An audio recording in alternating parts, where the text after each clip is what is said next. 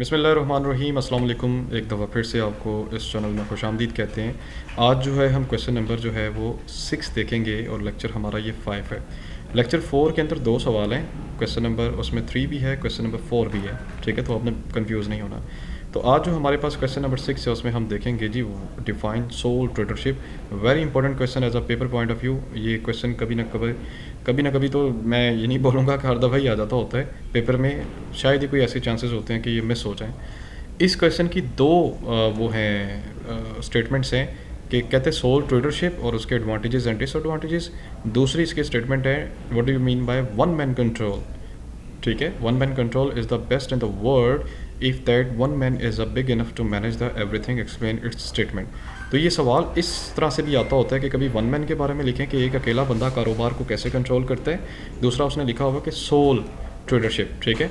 तीसरा वो ये कह सकता है कि बिज़नेस की जो टाइप्स हैं उसमें से जो फर्स्ट टाइप है उस पर आप क्या करें जी, नोट लिखें।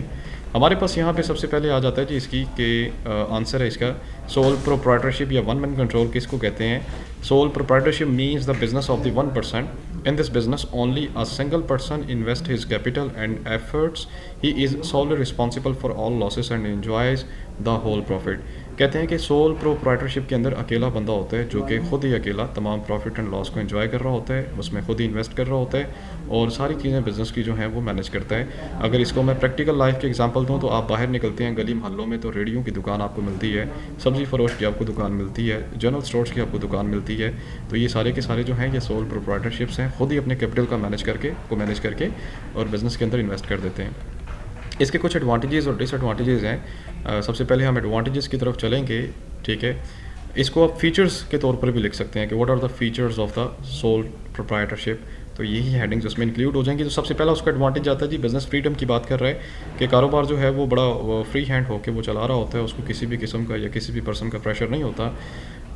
वो अपनी मर्ज़ी से उठता है, अपनी मर्ज़ी से स्टोर को बंद करता है, he it depends on him. Direct relation की बात कर रहे हैं जी, जो अकेला बंदा होता है इसका ताल्लुक मार्केट के अंदर अपने कस्टमर अपने वर्कर्स के साथ डायरेक्ट होता है, इंट्रैक्शन है, लोग आते हैं इसके बाद वो ज़ाती ताल्लुकात उनसे बनाता है और चीज़ें अपनी ज़्यादा से ज़्यादा उनको सेल करता है। ईजी फॉर्मेशन की बात कर रहे हैं जी, उसको बनाना बिल्कुल आसान है।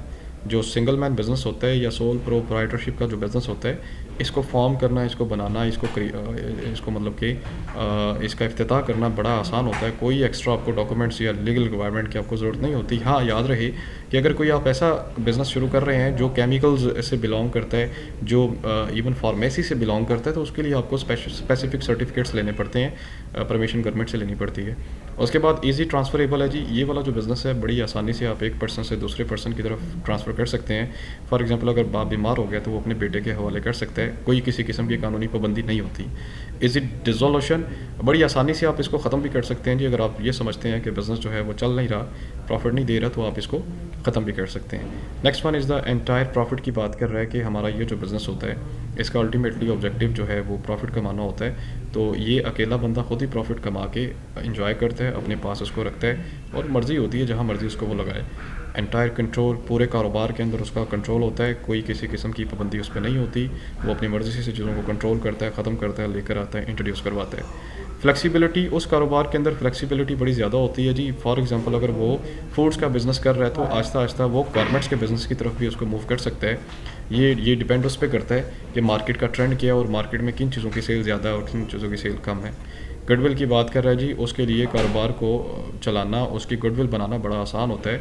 अगर वो ज़ाती तौर पे कस्टमर को सेटिस्फाई करने में कामयाब होता है तो उसे किसी किस्म की कोई टेंशन नहीं होती। Honesty is the best policy. एक अकेला बंदा जो है वो बड़ा मेहनती होता है और बड़ी हार्ड वर्किंग के साथ काम कर रहा होता है और ख़ुद ही रिस्पॉन्सिबल होता है अच्छे और बुरे का। लो टैक्सेस हैं जी, सोल प्रोप्राइटरशिप को ज़्यादा से ज़्यादा गवर्नमेंट प्रमोट करती है, इसीलिए इसके ऊपर कोई भी टैक्स नहीं होता। लेकिन अभी जो लॉ थोड़े से चेंज हुए हैं, जो सोल प्रोप्राइटरशिप है इसके ऊपर भी टैक्स लगना शुरू हो गया है, लेकिन वो टैक्स बड़ा माइनर सा होता है, अफोर्डेबल होता है। वो एज़ कम्पेयर टू पार्टनरशिप या अदर बिजनेसेस बहुत लो क्वांटिटी में होता है। लेस चांसेस ऑफ फ्रॉड की बात कर रहे हैं जी, इस बिज़नेस के अंदर फ्रॉड के चांसेस कम होते हैं क्योंकि अकेला बंदा मालिक है। पर्सनल इंटरेस्ट है जी, वो अपने कारोबार के अंदर ज़ाती इंटरेस्ट लेता है क्योंकि उसे पता है कि मेरा जीना मरना, मेरा ओढ़ना बिछोड़ना इसी के साथ मुंसलिक है, तो वो ज़ाती उसमें इंटरेस्ट लेके उस बिज़नेस को प्रमोट करने की कोशिश करता है। सीक्रेसी की बात कर रहा है जी, सीक्रेसी ये है कि बिज़नेस के अंदर जो सीक्रेट्स होते हैं वो अपने अंदर तक ही उसके उस इसी तक महदूद रहते हैं, तो सीक्रेट जो है वो लूज़ होने का चांस नहीं होता। सोशल बेनिफिट्स की बात कर रहा है कि कारोबार के अंदर जो है उसे बड़ा सोशल बेनिफिट होता है, मतलब कि वो सोशल बेनिफिट देता है सोसाइटी को। It provide the daily necessities of the life at home, वो जो डेली नेसेसिटीज़ होती हैं वो भी प्रोवाइड कर रहा होता है। मतलब कि फॉर एग्जांपल अगर कोई सोसाइटी के अंदर पब्लिक ज़्यादा रहती है तो घर में यूज़ होने वाली जो अशियाँ हैं जैसे खाने पीने की, यूज़ करने की, तो उसकी एक बिज़नेस के अंदर चीज़ें वो मौजूद होती हैं। आगे इसके कुछ डिसएडवांटेजेस भी हैं जो कि सोल प्रोप्राइटरशिप को सपोर्ट नहीं करते या उसके अगेंस्ट जा रहे हैं। सबसे पहले वो कहता है जी कॉन्टीन्यूटी। देखें, अगर उस बंदे की तबीयत जो है वो ख़राब हो गई है या डाउन हो गई है तो वो अपने बिज़नेस को कंटिन्यू नहीं रख पाता। मतलब बीमार हुआ, मर गया तो बिज़नेस ख़त्म हो गया एक हिसाब से, अगर पीछे कोई संभालने वाला नहीं है। अनलिमिटेड लाइबिलिटी, लामहदूद उसकी लाइबिलिटी होती है। उसकी लाइबिलिटी जो है वो लामहदूद है। लामहदूद से मुराद ये है कि इन केस ऑफ लॉस, अगर वो लॉस रिकवर नहीं करता या पूरा नहीं करता तो उसकी ज़ाती प्रॉपर्टी भी सेल कर दी जाती है। डिफ़िकल्टीज़ इन क्रेडिट, उसको उधार लेने में आगे से ज़रा मुश्किल होती है। बैंक वगैरह उसको लोन नहीं देते या दूसरी कंपनीज भी उसको लोन नहीं देती क्योंकि वो कहते हैं यार तुम छोटे लेवल का बिज़नेस है, पता नहीं तुम पूरा कर भी पाओगे कि नहीं कर पाओगे, कल को तुम्हारी मौत होगी तो हम पैसा किससे लेंगे। उसके बाद जी लेस ग्रोथ की बात कर रहे हैं जी, इस बिज़नेस में ग्रोथ के चांसेस बड़े कम होते हैं क्योंकि कैपिटल बड़ा महदूद होता है अक्सर औक़ात।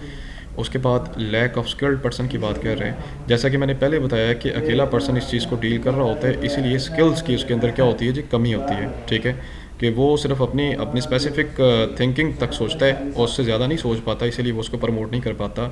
लैक ऑफ एडवर्टीज़मेंट, उसके पास ज़रा पैसे वगैरह जो हैं वो कम होते हैं, इसलिए एडवर्टाइजिंग वो नहीं कर पाता।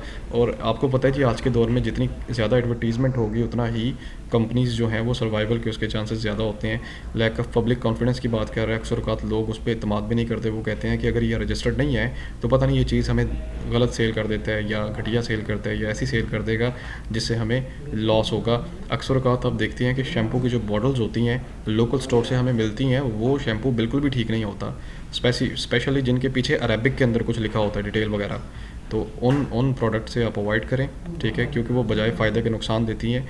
लैक ऑफ टेक्नोलॉजी, वो पर्सन अपने बिज़नेस के अंदर टेक्नोलॉजी भी इंट्रोड्यूस नहीं करवा सकता, कोई लेटेस्ट मशीन भी नहीं रख सकता क्योंकि कैपिटल की उसकी कमी होती है। मैनेजमेंट प्रॉब्लम है जी, अकेला बंदा उस सब चीज़ों को देख रहा होता है, इसलिए उसके लिए मैनेज करना मुश्किल होता है। लॉस इन एब्सेंस, अगर वो एब्सेंट है तो उसका जो कस्टमर है वो जनाब किसी और शॉप में चला जाएगा, तो जिसकी वजह से उसको लॉस फेस करना पड़ता है। डिफ़िकल्टीज़ टू फेस क्राइसिस, अगर कोई बड़ा क्राइसिस आ गया, इकोनॉमिक क्राइसिस है, तो भाई वो बंदा जो है वो गोडे लग जाता होता है, उसको उठने के लिए बड़ा एक टाइम रिक्वायर्ड होता है। जैसे अभी आप सिचुएशन देख लें, कोविड की वजह से बड़े बड़े ऐसे छोटी जो इंडस्ट्रीज़ हैं वो सर पकड़ के बैठ गई हैं कि हम अब अपने अखराजात कैसे पूरे करें। लेस जॉब्स की बात कर रहे हैं जी, इस बिज़नेस के अंदर जॉब्स जो हैं वो बड़ी कम होती हैं। ठीक है, उसकी अपॉर्चुनिटी कम आती हैं। रॉन्ग डिसीजंस की बात कर रहे हैं जी, डिसीजंस बड़े गलत लिए जाते हैं उसके लिए उसकी तरफ से, क्योंकि वो अकेला होता है। अगर एक गलत डिसीजन राइट टाइम पे आपने ले लिया तो समझे वो बड़ी देर के लिए आपको लॉस की तरफ धकेल देता है। लैक ऑफ इंस्पेक्शन है जी, वो अपने खातों को सही तरह से चेक भी नहीं कर पाता, उसकी बड़ी कमी होती है। उसके बाद वो कहता है एंटायर लॉस, कारोबार के अंदर जितना भी लॉस होता है वो सारे का सारा लॉस जो है वो उसको खुद अकेले बर्दाश्त करना पड़ता है, जो कि इस कारोबार की सबसे बड़ी प्रॉब्लम है।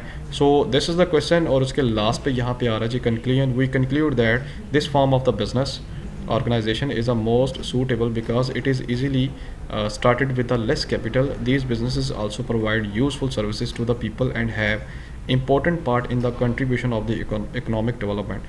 वो कहता है जी ये बड़ा इंपॉर्टेंट बिज़नेस है, ठीक है, सूटेबल है क्योंकि ये इकोनॉमिक डेवलपमेंट में और दूसरी चीज़ों में और जॉब्स में और नेशनल इंटरेस्ट में अपना इंपॉर्टेंट रोल प्ले करता है जी। एक आखिरी बात जाते जाते आपको बता दूं कि जब भी आपका क्वेश्चन कंप्लीट हो तो ये 2 से 3 लाइनों का कंक्लूजन ज़रूर लिखिएगा, क्योंकि ये पेपर के अंदर एक अच्छा इम्पैक्ट डालता है। तो जी वीडियो देखने का बहुत शुक्रिया। अगर इसमें से कोई चीज़ आपको पूछने वाली है तो आप ज़रूर मुझसे पूछें कमेंट सेक्शन में, इंशाल्लाह will try to respond you instantly. Thank you so much for watching. Don't forget to subscribe my channel. अपना ख्याल रखें। अल्लाह हाफ़िज़।